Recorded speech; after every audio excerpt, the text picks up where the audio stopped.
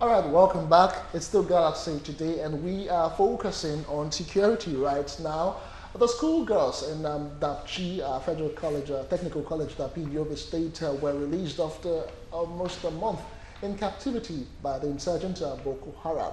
We hear that they've been reunited, but some are reportedly dead, and one of them was killed because was held back because she failed to renounce her her religion. Well, we'll also discuss all of the issues and, of course, how to forestall future attacks and all of that. We have a regular in the studio, and he is an ambassador. Exactly, Ambassador Okhidievbie, security expert and CEO, August I Securities. Good morning and welcome to Galaxy today. It's good to have you. All right, it's good news that these girls are back, reunited with their parents. According to reports yesterday that the federal government told them, the parents were told to return them so they could go through some screening to be sure they're medically fine and fit. That's some kind of good news. But I like us to look at it from this angle where they said a particular Leah Sharibu was withheld back because she refused to denounce her religion as a Christian and then to proclaim Islam as a religion. From that angle, I mean, I know that it is legally wrong, and under every citizenship right, it is wrong to hold their captivity. Now, what do you think the federal government should do about this? I mean, why should one be held back out of 105 or 10 of them that were kidnapped? Okay, good morning. Good morning. Morning, bro.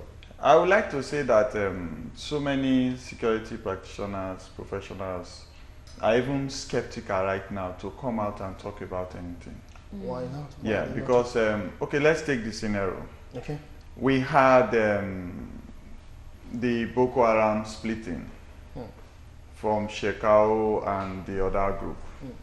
Now, we had one of the groups saying, we won't attack Muslims. We won't attack Islamic sites, Islamic worship centers. That is wrong. We have the Shekau faction saying, kill everybody that are into Western education, whether they are Muslims or Christians. Now, we had a situation where some days back, men of the faction that wants to respect Islam went into a town in Dapchi, took children from the school, okay, and took them away. We had all the scenarios of this is the number 110, 105, and all of that. Then we had statements made by government people. The president even visited all those trouble spots one at a time. Then statements were also made that we are going to get these girls back in 2 weeks' time. So that means possibly there was negotiations. Then we have a figure, a renowned figure in Nigeria called Mama Boko Haram, who the Alaja Wakili, or what will I call it now, came out to say the boys called me and they said they won't harm the girls, that they are only out to make a statement, that they will return the girls, that they are negotiating. Now, after a while, we heard that, okay, troops were withdrawn at a particular day, and the town were expecting the girls. And adjoining villages saw when the troops were bringing the girls to the town where they were taken, and with the same vehicles that they used to take the girls away. So it looked all like a planned walk or something. And then after that, we are now seeing where some were released, some were killed, dead, supposedly, according to the girls' statement amongst the survivors, that they were trampled upon, possibly in the vehicles that they were conveyed with. Now, one was held back, and the Muslim community has come out to say it is wrong to force anybody to receive Islam. They are quoting verses. The United Nations has also come out to say Nigeria is doing this and that, they are supporting it, they are happy with the return of the girls. I have questions this morning. My question is, the vehicles that took those girls away went through the routes that they went through to come back in. The same trail, yeah. You see, if we leave security for government alone, we will be undoing ourselves a lot. There are people, farmers, other categories of citizens that were on those routes. Even the girls' statement that they were taking on board boats at a point, taking through water, then back to the forest at a point. Those waters, they have fishermen, they have other people. Locals around there who understand the terrain. So is it that since 2013 or 2003, when we started to have all these Boko Haram issues, is it that we have not penetrated into all this terrain to have secret agents in all of these fishing communities, herdsmen communities, farmers communities, to actually nip at the bud suspicious movements, suspicious plans, building of teams, attack teams, violent teams? There are so many questions that security professionals are asking. Okay, these people were taken and were brought back. Same routes. Even if we know that they couldn't have been attacked while bringing the girls in, that would have jeopardized the lives of the girls. Yes. Okay, when they dropped the girls and they were leaving, are you telling me that there was no way to also covertly track their movement going back, even by aerial view from within the clouds? Or are we not in that capability? So what you're saying right now? I'm saying three things in cognizance. They don't want to do what they I'm should saying do. three things in cognizance, Justin. Yes. You see, number one is that we have failed to put into quantum the threat before us. Okay. Second thing is we have failed to deploy necessary intelligence and security architecture to contain surprises like this. The third thing is we lack the will, especially the will from the government, to attack this thing as it is. This is not the only country that have this kind of insurgency and terrorism. Yes. There is a way other countries attack it. And you attack it firstly from corruption, the way you treat corrupt leaders. The federal government doesn't know what to do. They know what to do, but they're not doing what they should do. When you are talking about the federal government, with all the security apparatus. Thank you. Yes. So I'm telling you that we know what to do. Okay. Nigeria is having one of the best security capability in the world. One of. So we have security personnel in Nigeria that are serving in other countries that could also concentrate on developing our personnel here. We have personnel that have gone out for missions. They are returning how many police officers now? Did you hear that those police officers that they are returning, they committed any crime there of corruption or bribery or anything? We have the best team. I'm telling you that we lack the will to institute control, monitoring, and compliance. Do you also think it could be political? We have dealt with politics here so many times. The political environment in Nigeria is immature. It's immature because it lacks the first responsibility, which is threat to life, protection of lives. Protection of life is the first responsibility of politics. If you want to play politics, you must ensure that the voters are secured and they have good health and accommodation. So if you cannot play politics with those indices, it's an immature politics. That is the most outright word I can use right now. Okay, but then again, in all of this, you know, the life of every Nigerian is very important. No life is unimportant. But right now, well, from what we hear, I mean, 5 girls have died. Could it be termed as a collateral damage, or could we have done better, really? There was negotiation. Be sure, Justin, that within these few days, you will hear all of it. After the release of the last Chibok girls, government didn't tell us they gave any money. It was when they were sharing the money that there was discrepancy, that somebody said another country was involved in the negotiation, and this was the amount. And nobody has denied that till date. So I am sure there were a body that negotiated this. Now, if the body that negotiated this did not put into negotiation the collateral damage and say, if we have loss of life at all, we will renege on the negotiation. Negotiations started after the death. Because the girls that died en route away from into captivity. So that means the negotiation has already been, the negotiators would have been informed that we have 5 dead already. So that is not into the negotiation. So for my major concern is that we are seeing the growth of a new system. And this is the time for the government to quickly re-strategize. Why? The whole world will quickly term Shekau now as a criminal element. And this Al-Banawi faction that have come to even preach to the people that take your girls back, don't let us see them in Western education schools anymore. They are becoming sympathetic. They are gaining the sympathy of the people. They will immediately begin to have followers. And this is the angle that the government is also not prepared for. Because we are used to the kill us, we kill you, attack and catch. And we have been releasing and quote and unquote de-radicalizing and releasing them in batches. The ones you de-radicalized and you released, did you track their movements? Do you know where they went to?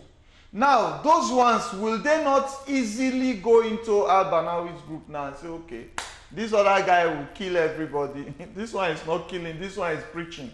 Let me join this. Because there is no work for them. There is no food for them.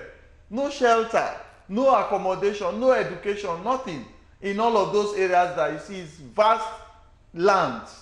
Now, this set of people that you have released that were idle before, and idleness and illiteracy made them to be radicalized. You have released them now. Did you give them jobs? Did you train any of them to infiltrate for you? Did you gain their sympathy to be able to become you in them? Okay. No, the strategy is confounding that we have left so many of these things and we are now going to face a very senile and quiet team that is ready to win and gain the hearts of many and become another kind of formidable force. Okay, so what would you suggest to the federal government in regards to security now? The federal government has all the suggestions that security practitioners can give. What we are telling them are the consequences of not taking to those suggestions. Now, everybody is looking at 2019. Everything they are doing now is to pull down or pull up. A candidate, they will pull down. A favorable candidate, they will pull up. So anything going on now with this our immature political era is to pull down a candidate or pull up a candidate. Loss of lives and decadence in the society, it's not a priority for now, which is a very big pain to private security practitioners. What we are asking the government is to go back to the blueprints and look at these strategies that they use to infiltrate us. We need it to infiltrate them. That is for one. Two, there were other people that said they have converted to Islam. Amongst them, those are people that had families that they threatened you, they will kill your family and all of that. The government has strategies to implement to be able to pinpoint where, how, and when to immediately enter into them and disperse them. Okay. The blueprint is with the government. Okay, Ambassador, now you said it in part of your submission that most of the parents of those girls, they're actually living in apprehension, specifically now the fear of them sending their children back into school. You know, they don't even know what the next action for them would be as regards them. Should our children stay back at home because they might be re-abducted? What should we do as regards making sure that these children return to school? This took us back to, this takes us back to what we discussed about education. Yes. Somebody asked me, what do you think Nigeria should do? I said Nigeria should go back to what worked. What worked? Excuse me. We have schools. We have the Ministry of Education. Don't they have a prototype of what a school should be like? They do. Before approval. You register it, you have this, you have the criteria, the qualification, the expertise, the team, the right team. You know, you have the place, a number of expanse of land, you have the buildings. Okay, can't we say, Ministry of Education, go into those areas, find out schools that the government can finance to secure? Because the more of the kids you don't educate, the more of criminal elements you are building. True. The more of naive personnel you are giving to be radicalized. So can't we, Justin, say, okay, we have 5 schools. Let's concentrate on 2. Let's have 2 having the right technology protection, man guarding protection, armed men protection, and facilities for access control, alarm system, protection system, and now educate our girls in this school against the odds of them cowering behind the fear of adoption. If we allow them to cower behind the fear of adoption, there is a win on the side of the Abanawi team. So it's left for the government now to go back to that area and open government schools. Okay. Reinvest in government schools. Reinvest in protective measures. Okay. Go back to your security practitioners. I told someone one day, I said, if you look at the ex-servicemen in Yobe State, in Benue State, in Edo State, that are between the ages of 45 years to 50 years, you will be shocked. You will be shocked, Justin. These are people that are already in combat. These are people you could engage to take up protection of this kind of place for their own states. Because they are stakeholders right now. You can imagine where we have the capability, but we don't have the ability. Okay. It's a very sad scenario. Okay, right. Before we continue, let's just take some reactions and just move on. Henry Ibadan, from my point of view, he says there is a political undertone. Children are the leaders of tomorrow. What is the mindset? What mindset are we giving the coming generation? The Mama Boko Haram knows them. Also, the people in the area know them and those involved. Those guys that came back have also renounced their faith. Boko Haram did not start overnight. More reactions this morning. This one says, my question is, why is it that the federal government cannot prevent issues before they happen? Boko Haram kidnapping a forced group of girls for over 4 years now. Now another scenario, why not ambush all this before it happened? Right, before I continue, before I take more comment, let me just follow up from where this viewer said. Right now, it's the the Dapchi girls that are on the lips of everyone. Most people have seemingly forgotten about the Chiboks, the ones that are still left in captivity. What is the way forward? When we were talking about Chibok girls, after that release, yes, we talked about vulnerability and we talked about proactivity. Remember, yes, we said the opportunity cost of reactive security is the alternative for proactive security. Yes, I mentioned it. Yes, and I'm telling you that same day that very soon we are going to have another abduction because we have not put in place protective measures and proactive measures. Same thing has just happened with the Dapchi girls. Now, a proactive measure would have been, okay, we can't protect all schools, okay. But if I need to get into this school and pick these children, how will be my escape route? I've always told people, don't think how a criminal comes in. Be very concerned how the criminal will leave after they grab the assets they came for, either physical assets or human lives. When they come in, how do they live? Is it by water? Do you have surrounding waters? Would they be planning to live by boats? Would they be planning to live by helicopter? Would they be planning to live by land? By land can now be on foot, on horses, on bikes, on vehicles. Where will be the routes they will take to live?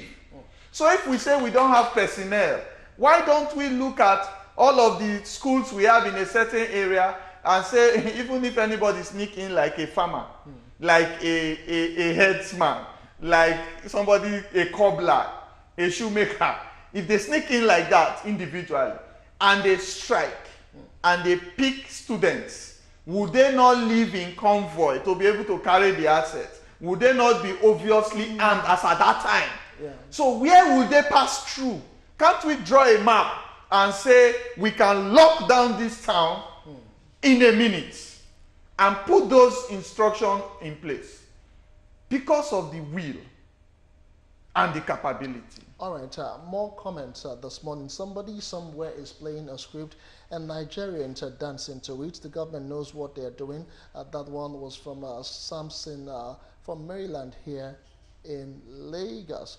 All right, when will Buhari's government learn to tell Nigerians the simple truth? We've nothing good so far. We've gotten nothing good so far from this administration. Let me see if I can take one or two more just before we just call it morning. All right, good morning. I hope you read this live. Okay, I am reading it. These people are toying with our intelligence, giving us different figures.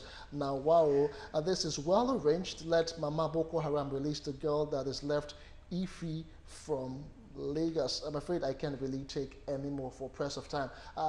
Roy, I just want you to just wrap up all your submissions in just one sentence. One sentence, madam. You grew up in a locality. You know the terrain. If it's your village, you went to fetch water, you went to fetch wood, you went to different things. You grew up.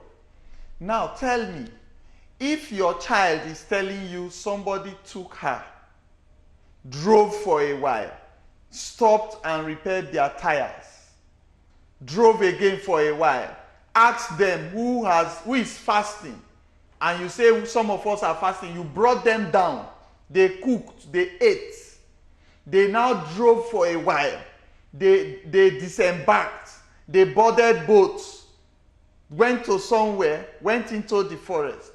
In your own mind, as someone that grew up in that area, if you put together farmers, hunters in that place, won't they be able to tell you this is the direction they took these girls to?